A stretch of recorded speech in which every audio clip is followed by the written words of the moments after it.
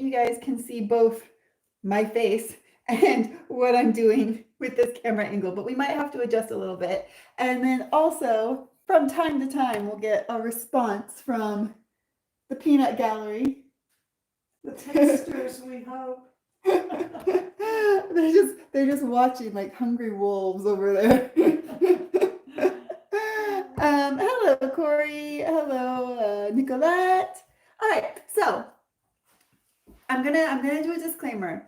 I have watched Laurent make a traditional crepe many times, and I myself have made pancakes many times, but I have not done a French crepe myself on my own before. So we're gonna see how this goes. I do have very authentic French sources, Laurent, who have given me detailed instructions on how we're gonna do this in the proper manner. So let's get started. This should be fairly simple and straightforward, she said before the fire started. And I do also have enough wine that I'll forget anything I do wrong, so it's fine. It's gonna be good. Everything's gonna be good. Hi, Vicki Williams. So the first thing we're gonna do is preheat our pan. So I'm going to, I've stolen Laurent's crepe pan, and I am going to preheat it's supposed to be very hot. So I'm gonna try a 7, and we might have to put it up a little higher than that. Next thing I'm gonna do is I've got my special measuring cup, which, here's the thing. In France, when this is gonna feel weird to Americans, in France, everybody goes by the weight of the ingredients. So everyone has like a little scale in their kitchen, and then you just add in your ingredients and put it on the scale and see if it's, how many grams it is, the scale tells you. I feel terrified of this system. So I've got a cup that tells me how many grams of flour or sugar I am using and how many milliliters of things I'm using. So we're gonna try that. And the most important thing, apart from the wine, is we've got a fancy, beautiful bowl. So things can't go too wrong if we've got a beautiful bowl. So I'm gonna start out by using my flour. And one of the reasons that I thought this could be a nice video, because this was actually helper number 2, Mom's idea this morning, but I really liked it because I can talk a little bit about like the differences in food and cooking in France and the US.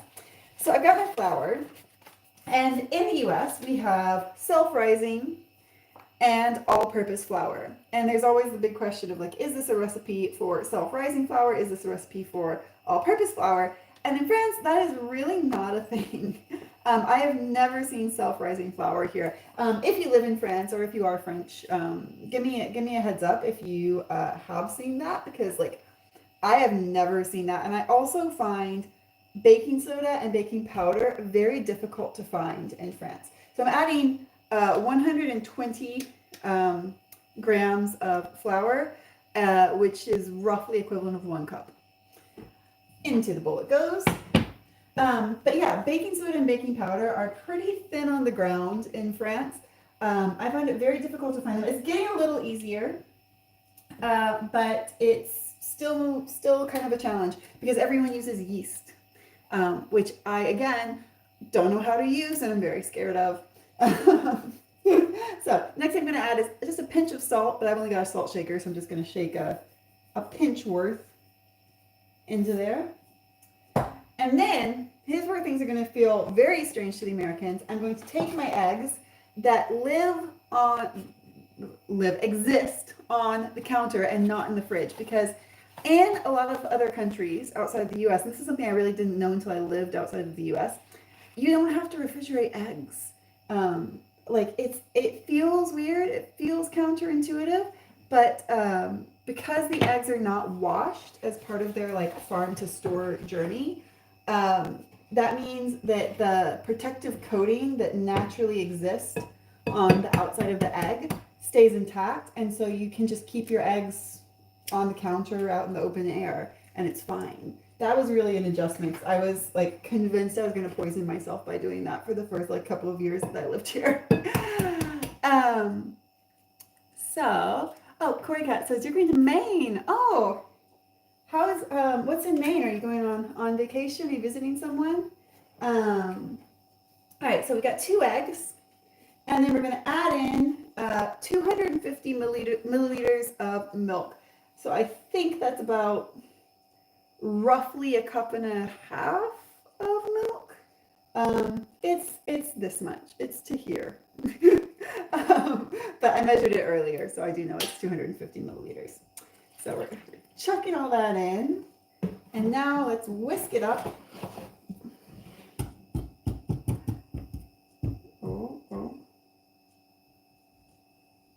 And it's supposed to be very, very liquidy, the mixture. It's supposed to be very thin because you want your crepes to be very thin. I think that's the main difference between a crepe and a pancake is you start with a much thinner batter for your crepes.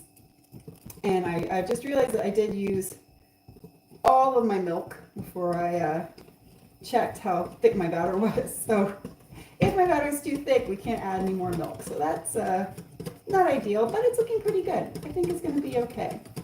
We're whisking, whisking. Well, you guys can't really see it. Try not to drop the fancy bowl or pour the batter out, but it's pretty liquid. So I think we're doing good. I think we're doing good. So next, my pan has been preheating, and I'm going to very, very gently and carefully put just a touch of oil. It's kind of the same as if I was doing pancakes onto my pan. And then this is what Laurent told me to do. So if I have an accident, it's Laurent's fault. Just gonna get a paper towel. And we're going to spread the oil around the pan. That's looking pretty good. It's toasty. It's toasty. I'm going to get a ladle out because I think that'll be the easiest way to get my batter from bowl to pan. And I'm going to do a test one. So apparently this is a very important step, is that there's a French traditional saying that you never do the first crepe right. So you have to do a test to see with just a little bit of the batter how things are going, if your pan is hot enough. So I'm gonna, let me angle you guys down just a little bit. Yeah, I think you can see better. Yeah. Oh, Laurent, hello, hi Laurent. Laurent says baking soda is sold in France in very small bags, like 10 grams, but is also sold in bigger pots as bicarbonate of soda for cleaning purposes. This is what I've seen, and that's so weird. The idea of using live yeast in everyday baking it still just weirds me out. 8 years later of being here, and I just feel weird about there's live yeast that I'm using. I want my soda and my baking powder. All right, so let's do our first crepe. It seems like my pan's really hot. Oh, and I've put some batter onto my pan. I've just about filling up the space of the pan, and then I don't think I put enough batter. I don't think that was enough batter. It's not filling up the whole pan. But this will be the test one. This is the test. Before was not the test. This is the test now. So it's cooking a little, and I've got my special crepe spatula here, which does make a difference. I have when I've done crepes with Laurent, you can really tell there is a big difference when you have normal spatula versus the special crepe spatula. Okay, these are a little thick. I'm not sure. They seem to be I'm gonna say extra fluffy. They're not quite as thin as I normally see. So maybe it means I need to use the same amount of batter, but just spread it more. Let's try that. So we're going to, let's do 1 ladle worth of batter. Put it on there, and we're gonna spread it much thinner. No, it's not gonna be enough. We gotta do more. We gotta do more.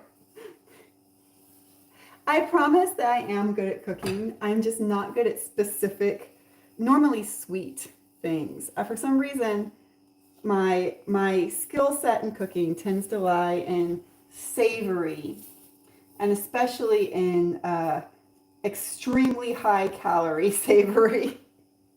My grandmother was very well known for being a fantastic cook, but also an extremely high calorie cook. And I think that I've gotten quite a lot of that from her. And she was also a like cooking is my relaxation type person. So she was infamous for waking up at like 3 or 4 in the morning and deciding to go and start cooking for the day, and then preparing like whole meals before sunrise, and then deciding she felt like she'd go back to sleep, and then going back to sleep, and everyone else in the house waking up and walking in the kitchen to like this buffet of food that had been prepared during the early morning hours. So this one, all right, this one's still a little bit thick, but it is feeling more crepe-like. So I think that that's the right way to go. I think that like not too much batter, but spread very thinly is the way to go. Let's do a couple more, and then we're going to taste test, because I think it's important that me and the helpers all taste test at the same time to have a fair and unbiased testing. I'm trying to spread it around. It's going, none of these have been circular. I don't know why none of these has been circular or even close to circular. But I'm gonna, it's almost at the edges. This one's the closest to circular that we've had. And I'm cooking these on like the pancake plan of, once you see that it's bubbling and it's a little bit cooked on the top side, then you can flip it. So this one's looking pretty good. Oh no. Okay, that's fine. Everything's fine. Everything's fine. More wine. Everything's fine. This is going well. All right. We've got, not counting the very sketchy first one, we've got 2. I'm going to do one more, and then we're going to taste test. And to taste test, we have a couple of traditional French toppings. We've got Nutella, or off-brand Nutella. And we've also got sugar and lemon juice. And that's actually my favorite type of crepe. I think they're really light and delicious when they're just the sugar and the lemon juice. All right. Oh, that one was way too much batter. Oh no, what have I done? Way too much batter. That one was really, who wants the thick one? Dad? Mom? What? Who wants the thick one? Oh, Someone's getting like the value of 2 crepes, but in 1 crepe.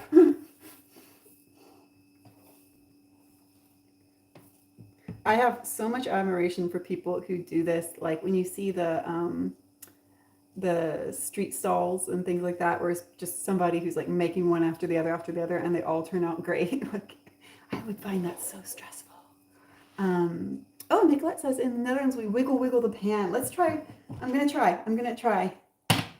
I don't know. It seems kind of stuck on. Let me try flipping it, and then I'm gonna wiggle again. I like the wiggle idea. I think it could be very profitable. Oh. Okay, flip. Oh yeah, I like the wiggle. Thank you, Nicolette.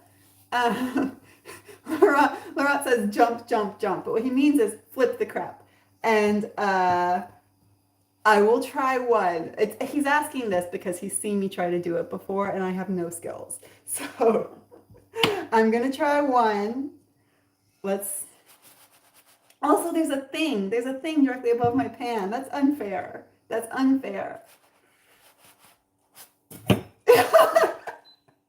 wanted the wine. All right. Well, we've got 3 crepes now. I'm going to turn off the oven and we're going to come over. Let's see if I can bring you guys over here. So let's come over here. If you can see, oh, let's see if I extend my camera. Oh yeah, there we go. There's helper. There's the helpers. Ready All to right. test. Are you excited? Yes. Are you a little scared? I'm worried about that one that flew Which was through the one air. that went on the floor? None of them went on the floor. Oh, are you sure? Where is our lemon juice? Oh, up here. All right, Yes. so Kat who says wants she likes hers with lemon. who So wants this is for Kat. who wants lemon and sugar and who wants Nutella? I I'll want take one of lemon. each. Well, you get one because there's 3. Actually, no, there's the test one. You can have 2. You can have You 2. can eat the test. There are before 2 you try it available out. for you. Hmm. So here is Nutella. Here is lemon and sugar. I'm gonna do lemon and sugar on my. Oh, maybe we should get some little plates. With some little plates. Okay. We're not So- just eating with our fingers as usual. Okay. Small plate, small plate, small plate. And let me see. I'm just gonna turn the camera slightly so that I can be in the shot too. Test. There we go. Oh boy. All right, I have mine. Have yours? you go first because you have I don't the. see how you can possibly eat chocolate with pancakes. This is not chocolate. This is And it's also Nutella. not pancakes. Oh. That's right.